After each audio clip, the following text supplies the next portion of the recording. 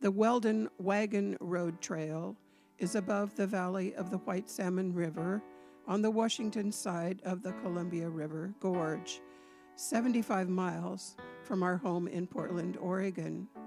The old road is now a trail which leads into the White Salmon Oak Natural Resources Conservation Area. This unique environment hosts many wildflower species in season, as well as birds and other animals.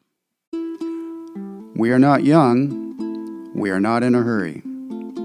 We like to study the landscape features and the small details, the flora, the fauna, the long arc of geological history. We believe, like Aristotle, that in all things of nature there is something of the marvelous. We are Elizabeth and Terry. We are two on a trail.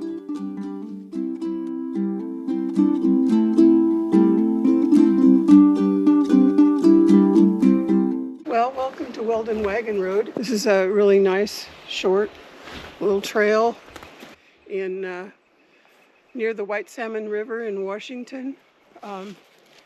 It goes into a white oak kind of protection area. There's usually a lot of wildflowers here. We're here quite early this year. We've been here a couple of times before, but we couldn't resist the chance to try it again because we want to start hiking. So here we are. We'll see what we see.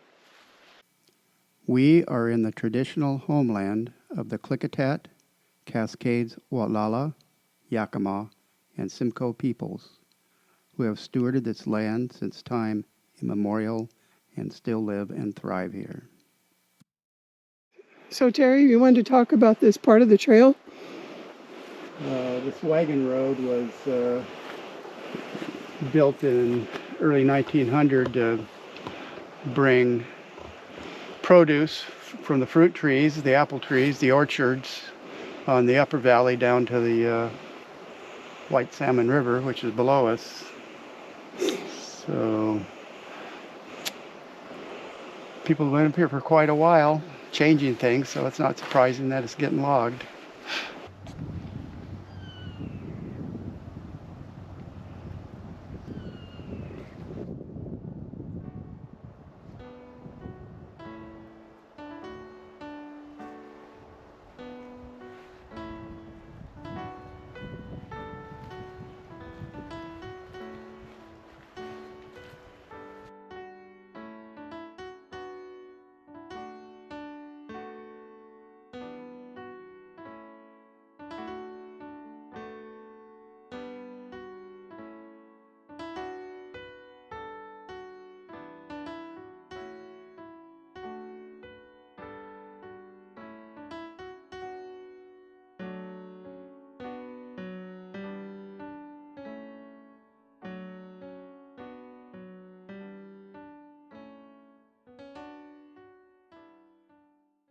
I do love the Oregon white oaks.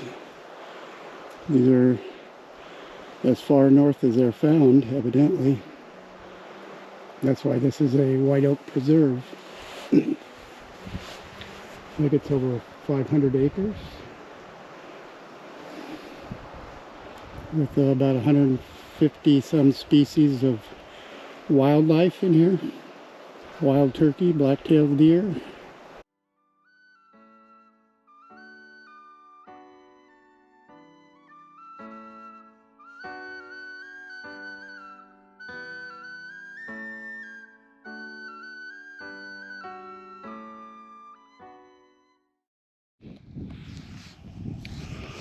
Well, in the early 1870s, there was a couple families that homesteaded white salmon. The Suxdorfs from Germany and a family named Jewett who didn't get along. They argued about everything. So the Suxdorfs moved down and formed the town of Bingen, and the Jewetts stayed up and established the town of White Salmon. So one is just up the hill from the other. In fact, it's the only railroad station in the country that's named for two towns. Indian white salmon. Prior to that, earlier in the 1850s, a family of pioneers that were coming down the Columbia River crossed over from the Oregon side and developed a homestead, and the Klickitat Indians that were in their area befriended them, helped them build their farm. And at some point they got wind of the fact that the Yakimas didn't like the fact that that family was there and were going to wipe them out. So the Klickitats told the people that they were in danger and helped them escape to a safe place. And this was at a time when the Yakimas were harassing the settlements, and the army was available. The army was here, so the army moved in, rounded up all the natives, and had a very short-lived reservation in the area of white salmon, Bingen, before they, for about a year before they could move them up to the Yakima reservation. And but they did allow the native people to keep their weapons. They continued to fish and hunt, and some stayed when others were removed, and just continued to work and coexist with the people that were moving in and moving in onto their land. So this Lewis and Clark actually passed through here, and at the mouth of the White Salmon River, named it the White Salmon because of the white fleshed salmon that was being caught and dried at the mouth of the river. So this area has a history. Lots of places that we pass through do. It's just nice to know a little bit about where you are and who was here before you.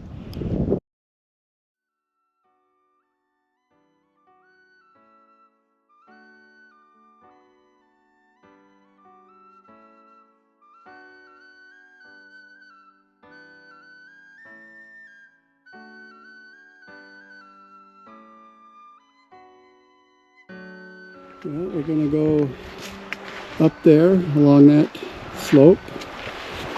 And just go past that, we should have a view of Mount Adams.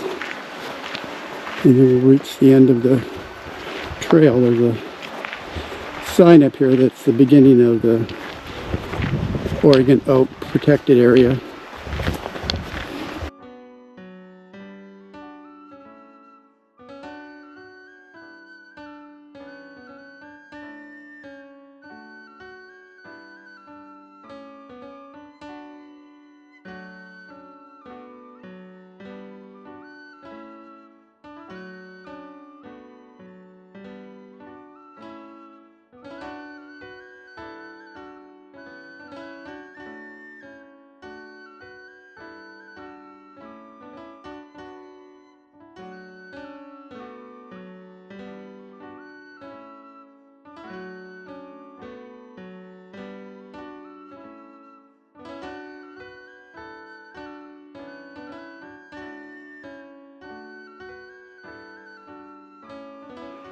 This is just a nice trail. We're on the Washington side, which we like at this time of year because you're on the sunny side. Of course, on a windy day you can get hammered pretty well on these open slopes. That's why you take a pack and pack a little bit extra. We are at the top of the Weldon Wagon Trail and sitting here having lunch. And I brought this book to talk about Grandma Gatewood's walk. This is an amazing book, and she was an amazing woman. She started hiking when she was 65.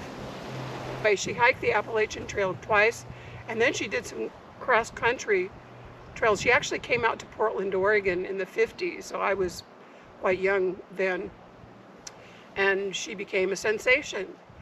But the reason I think it's a great book is because when you get to be, an older hiker, you think, well, everybody else is younger than I am.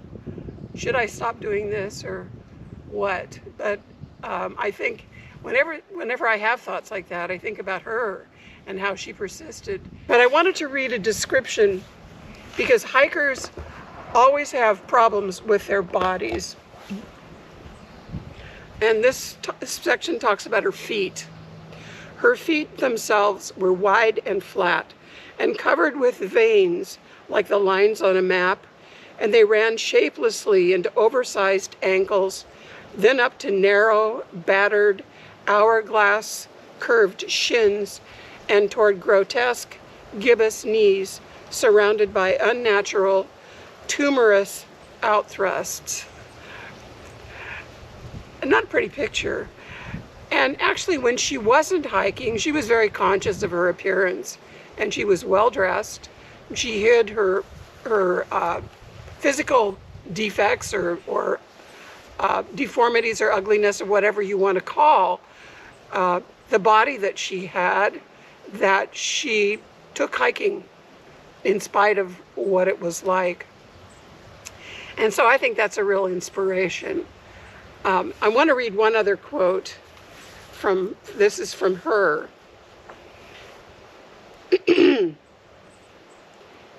And she says, on the trail, the petty entanglements of life are brushed aside like cobwebs. I love that.